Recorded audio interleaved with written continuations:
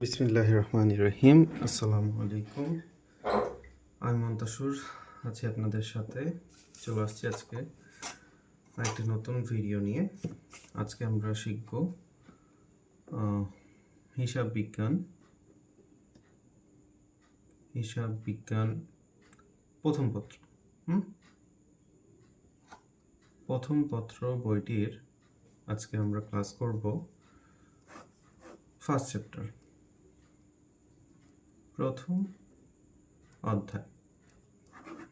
প্রথম অধ্যায় আজকে আমরা ক্লাস করব। প্রথম অধ্যায়ে খুবই গুরুত্বপূর্ণ একটি টপিকস রয়েছে, সেটা হচ্ছে হিসাব সমীকরণ। ঠিক আছে, তাহলে প্রথম অধ্যায়ের গুরুত্বপূর্ণ যে টপিকসটার কথা বললাম সেটা হচ্ছে কি হিসাব সমীকরণ। মূলত প্রথমে এই অধ্যায়ে দেওয়া আছে যে হিসাব বিজ্ঞান কি, হিসাব বিজ্ঞানের উৎপত্তি, সব কিছু দেওয়া আছে। তো এখানকার যে মূল টপিক, যেগুলো টপিকে আমরা ম্যাথ করব, সেই টপিকেই আলোচনা করব। তো আমরা জানি হিসাব সমীকরণ যেটা সর্বজনীন একটা হিসাব বিজ্ঞানের মধ্যে সবথেকে গুরুত্বপূর্ণ সমীকরণ বলা হয়, সেটা হচ্ছে হিসাব সমীকরণ, তাই না? এই হিসাব সমীকরণ জিনিসটা কি, এটা আগে জানতে হবে। আচ্ছা, এটা আমরা জানি সেটা হচ্ছে সম্পত্তি সমান দায় যোগ হচ্ছে আমাদের কি মালিকানা সত্ত্ব।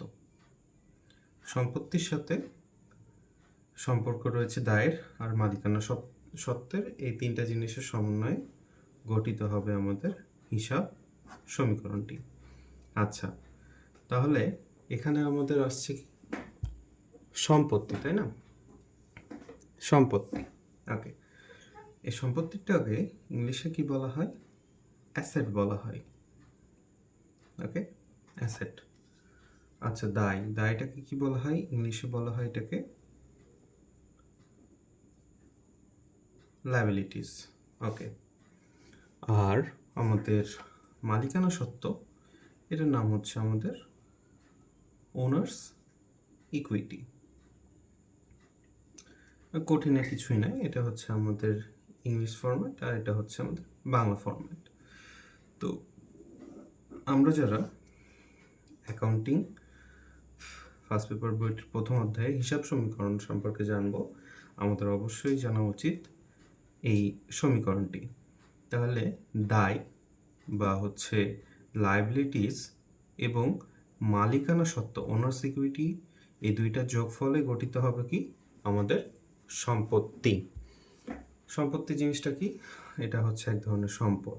ঠিক আছে, আমি ছোটোভাবেই আলোচনা করব। দায় জিনিসটা কি? আপনি বলবেন যে স্যার এখানে তো দায় লিখলেন, দায় জিনিসটা কি? লায়াবিলিটিস। ধরেন যে আপনি আপনার বন্ধুর কাছ থেকে 1000 টাকা ধার নিয়েছেন, তাহলে আপনার বন্ধুর কাছে আপনি কি হলেন? দায়ী হলেন। তার কাছে 1000 টাকা কি হয়ে গেল? আপনার দায় পক্ষে জমা হলো দায় ভাগে। আচ্ছা, মালিকানা সত্ত্ব বিভিন্ন কোম্পানির যেই মালিকগণ রয়েছেন, পার্টনার্স রয়েছেন, সেইগুলো নিয়ে গঠিত হবে এই মালিকানা সত্ত্ব বা ওনার্স ইকুইটি। আচ্ছা, এখান থেকে আরেকটু জানতে হবে আমাদের, সেটা হচ্ছে যে মালিকানা সত্ত্ব বা ওনার্স ইকুইটি লিখছি, এখানে কিছু জিনিস আছে যেগুলো আমাদের জানতে হবে।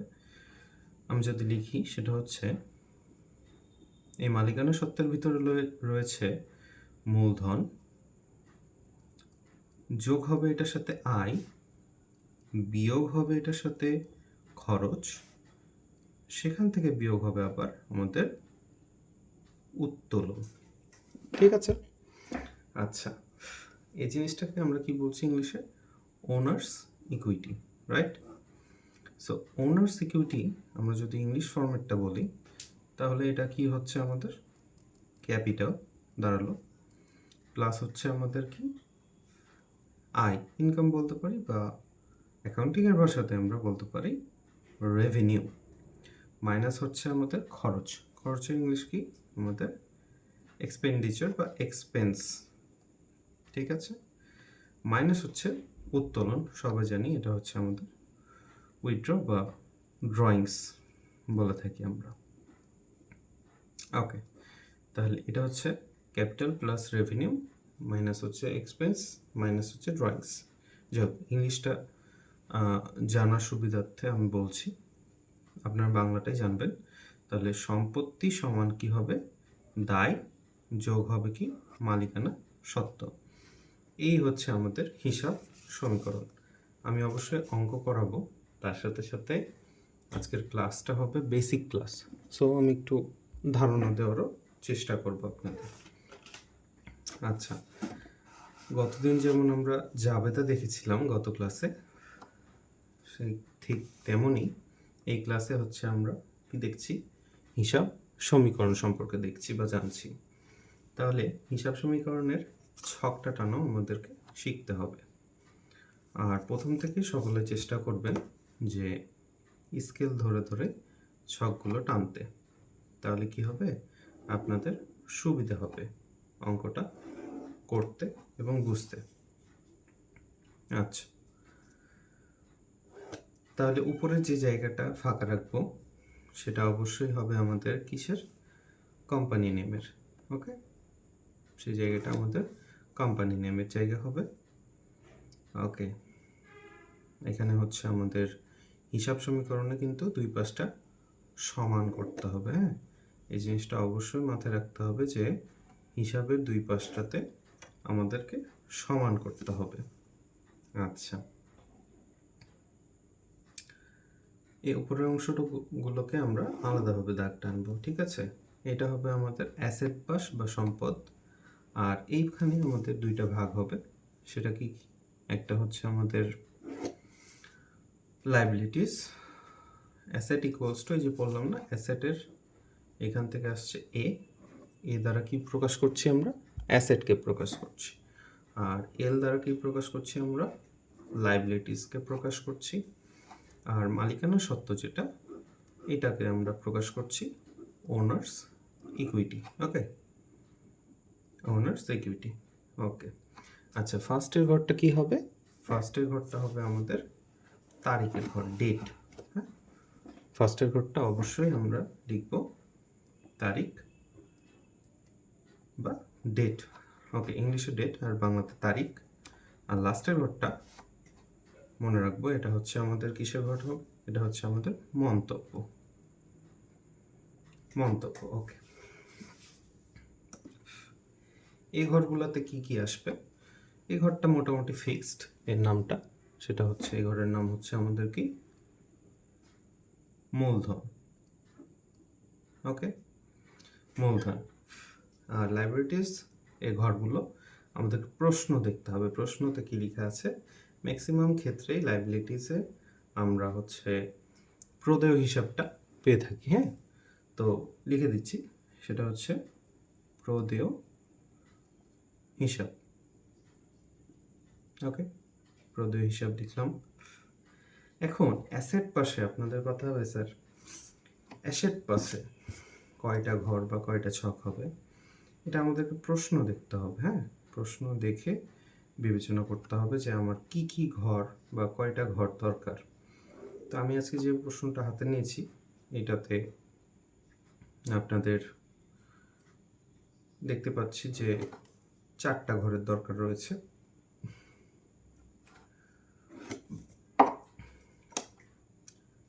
আজকে আমি ঢাকা বোর্ড 2023 সালের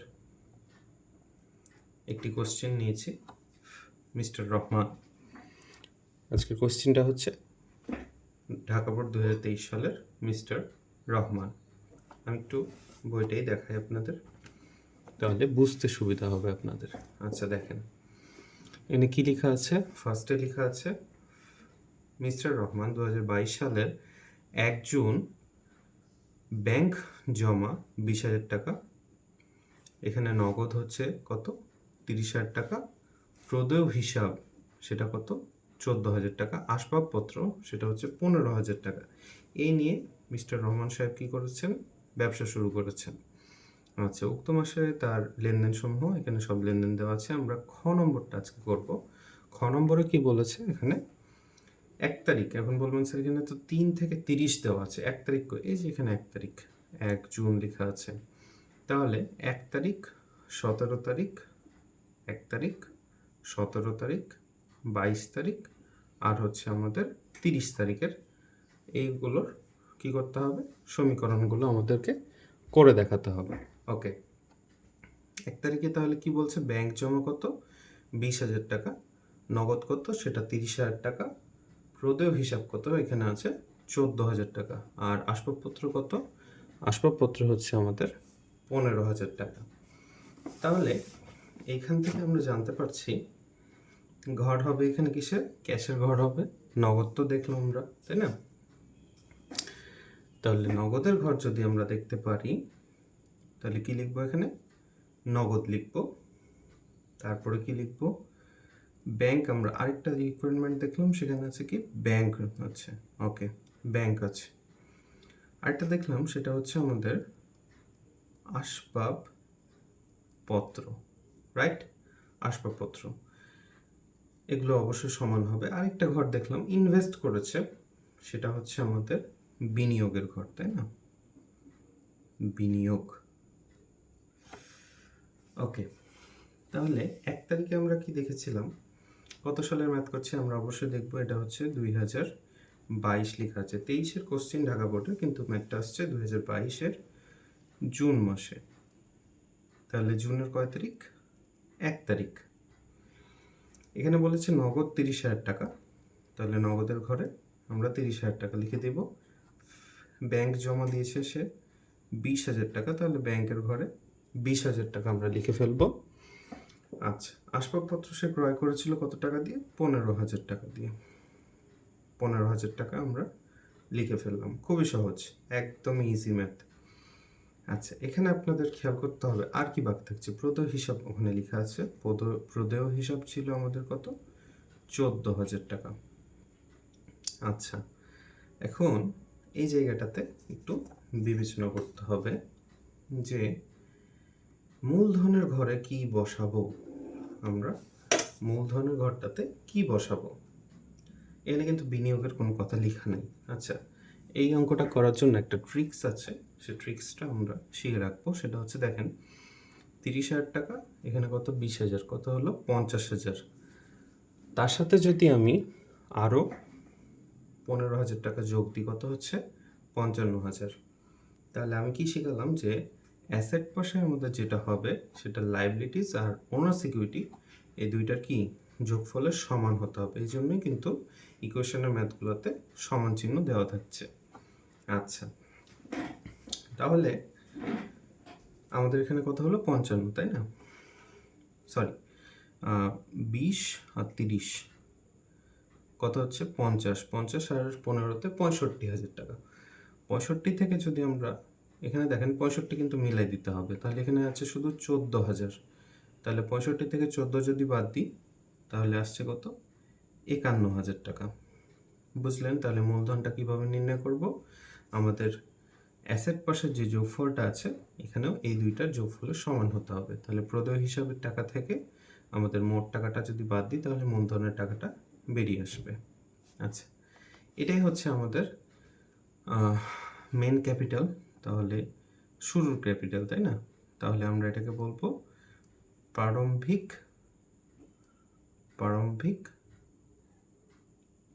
মূলধন। ওকে, প্রারম্ভিক মূলধন, আশা করছি বুঝতে পেরেছি। আচ্ছা, এই অঙ্কের শুরুতেই একটা জিনিস মিস হয়েছে, সেটা হচ্ছে শুরুতে আমাদেরকে হেডিং লিখতে হবে। হ্যাঁ, হেডিংটা অবশ্যই উপরে হেডিংটা লিখতে হবে। কার ম্যাথ করছে, এটা হচ্ছে মিস্টার রহমান সাহেবের। তাহলে অবশ্যই লিখতে হবে মিস্টার রহমান এর। গতদিন কিন্তু ইকুয়েশন করার সময়, জার্নাল করার সময় দেখাইছিলাম। আচ্ছা, এটা কি করছি আমরা, হিসাব সমীকরণের আমাদের বলেছে প্রভাব দেখাতে আছে। তাহলে এই জায়গাটাতে আমরা লিখব হিসাব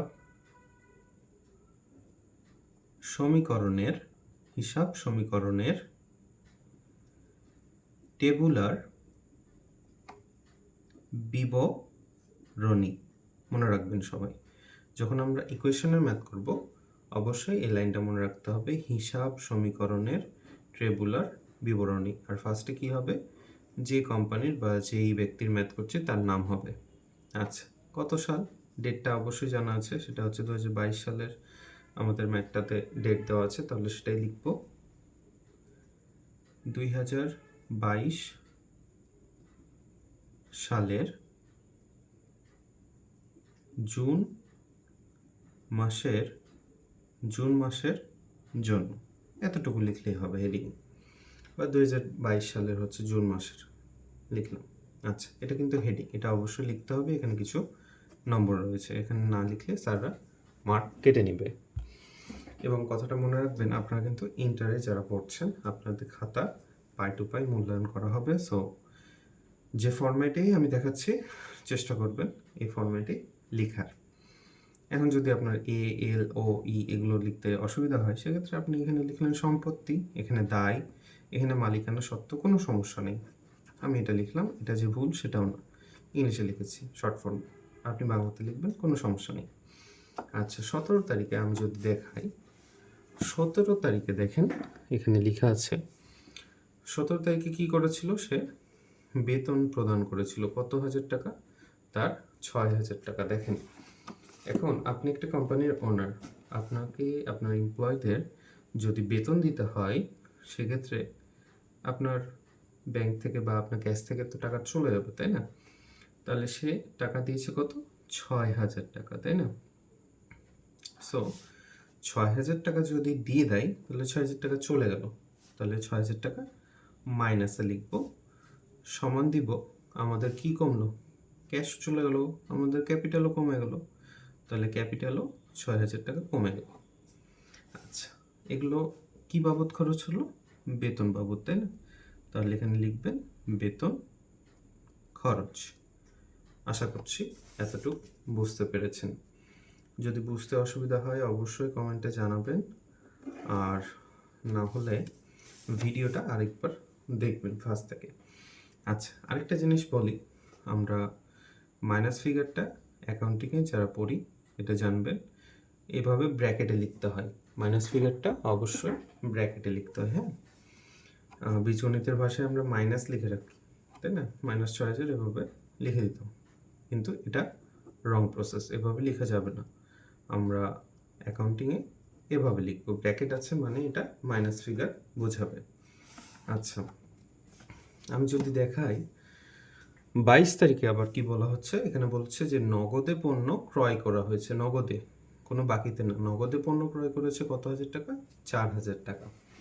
ওকে, তাই নগদে যদি 4,000 টাকা দিয়ে পণ্য ক্রয় করে তাহলে আপনার ক্যাশ চলে গেছে আবার কত তারিখে, ডেট কিন্তু ভুল করা যাবে না। এটা হচ্ছে আমাদের জুন 22 তারিখে আবার আমাদের কত গেল, 4,000 টাকা খরচ হয়ে গেল। কি করেছি আমরা, পণ্য ক্রয় করেছি, তাহলে 4,000 টাকা ক্যাশ থেকে মাইনাস করে দেব, এবং আমাদের ক্যাপিটাল থেকেও 4,000 টাকা মাইনাস হয়ে যাবে। কি বাবদ খরচ করলাম, পণ্য ক্রয় করেছি আমরা, তাই না? পণ্য ক্রয়, তো এখানে লিখব পণ্য ক্রয়। ওকে, একটা একটা করে আইটেম ধরবো, লিখবো, খুবই ইজি একটা ম্যাথ, এবং ফার্স্ট চ্যাপ্টারে এই ম্যাথটা খুবই ইজি এবং খুবই ইম্পর্টেন্ট। এই ধরনের ম্যাথ, এই ম্যাথটা বলে না, এই ধরনের ম্যাথগুলো ইম্পর্টেন্ট। আচ্ছা, এখানে আরেকটা করতে বলছে, সেটা হচ্ছে আমাদের 30 তারিখে। দেখেন কি বলেছে, 10% সুদে বিনিয়োগ করা হলো 20,000 টাকা। তাহলে ধরেন একটা কোম্পানির ওনার, আপনি আলাদা আর একটা কোম্পানিতে বিনিয়োগ করলেন, ইনভেস্ট করলেন ছোটো কোম্পানিতে, যেটাতে আপনি 10% সুদে বিনিয়োগ করবেন, মানে 10% আপনি কী করবেন, লাভবান হবেন, এটা জেনে আপনি বিনিয়োগ করলেন। তাহলে 30 তারিখে আপনার কি হচ্ছে, বিনিয়োগ করছেন মানে কি হচ্ছে, আপনার পকেট থেকে আবার টাকা চলে যাচ্ছে, তাহলে 20,000 টাকা মাইনাস চলে গেল। আচ্ছা, যদি চলে যাই, এই জায়গাটা একটু ভালো করে খেয়াল করবেন, আপনি কি খাতে ব্যয় করেছেন, বিনিয়োগের খাতে, তাহলে বিনিয়োগের খাতে টাকাটা কিন্তু পজিটিভ ফিগারে থাকবে, ঠিক আছে? আচ্ছা, তাহলে বলবেন স্যার তাহলে এ পাশে কি হবে, আমাদের দায় পাশ আর মূলধন পাশ, এটার সাথে এখানে কোনো সম্পৃক্ততা নেই। যেহেতু বিনিয়োগ করেছেন, এটা আপনার মূলধনে কোনো প্রভাব ফেলবে না, আপনার দায়ও সৃষ্টি করছে না। তো এটা, এই ঘরগুলো ফাঁকা থাকবে, এখানে ইকুয়াল দিলে দিতে পারেন, সমস্যা নেই। আচ্ছা, তাহলে দেখেন, আমি বলবো মিলল কী করে। এই যে এখানে দেখেন 20,000 টাকা প্লাসের আর এই 20,000 টাকা মাইনাসের, প্লাস মাইনাসের 0 টাকা কিন্তু মিলে গেছে। তাহলে বিনিয়োগের বিষয়টা আমরা বুঝতে পেরেছি আশা করছি। এখন এসে দাঁড়াচ্ছে, এখন কি করব আমরা, তাই না? আমাদের 30 তারিখ হয়ে গেছে, মানে ক্লোজিংটা করে ফেলতে হবে। দেখেন অঙ্কের ক্লোজিংটা কীভাবে করব, সবগুলো কিন্তু আমাদের মনে রাখতে হবে। হ্যাঁ, আচ্ছা, এই ঘরে লিখতে পারেন মোট বা টোটাল। এখানে দেখেন কত আছে, এখানে আছে আমাদের 30,000 টাকা, এখানে 6,000 টাকা মাইনাস, 4,000 টাকা মাইনাস, এখানে 20,000 টাকা। তাহলে 6 আর 4 কত, 10,000 টাকা। 10 আর 20 কত হচ্ছে 30,000 টাকা। 30,000 টাকা মাইনাসের, 30,000 টাকা প্লাসের, কিছু থাকলো না, এটা বাদ। এখানে দেখেন ব্যাংকের ঘরে 20,000 টাকা ছিল, এখান থেকে ব্যাংকে কোনো মাইনাস হয় নাই, তাহলে ব্যাংকের 20,000 টাকা আমরা নিচে নামাই দিব। গুড।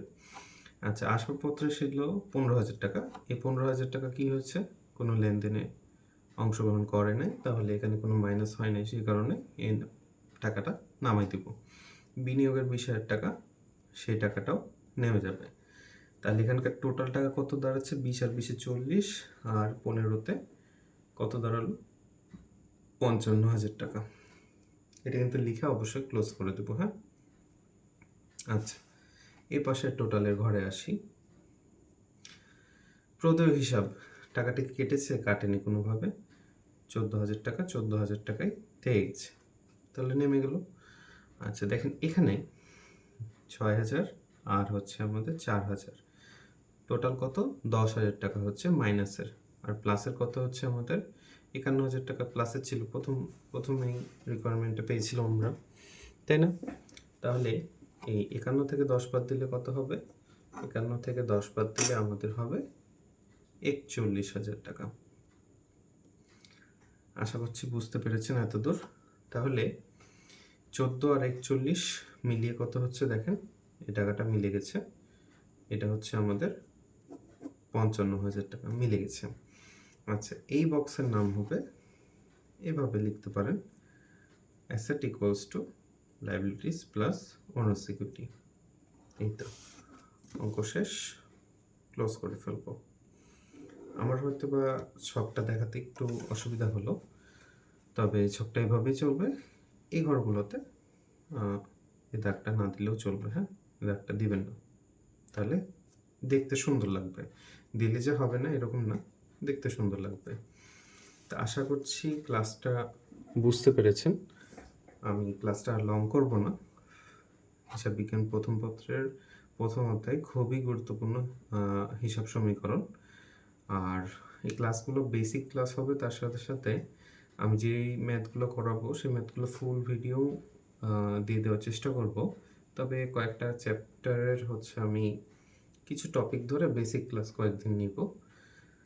আমার ভুল ত্রুটি হলে ক্ষমাশূন্য দৃষ্টিতে দেখবেন, আর অবশ্যই আমাকে লাইক দিয়ে আমার ভিডিওগুলো শেয়ার করে, যদি ভালো লাগে, যদি আমার ভিডিওতে সমস্যা হয় বা লিখতে ভুল হয়, অবশ্যই কমেন্টে জানাবেন। ধন্যবাদ, ভালো থাকবেন, আসসালামু আলাইকুম।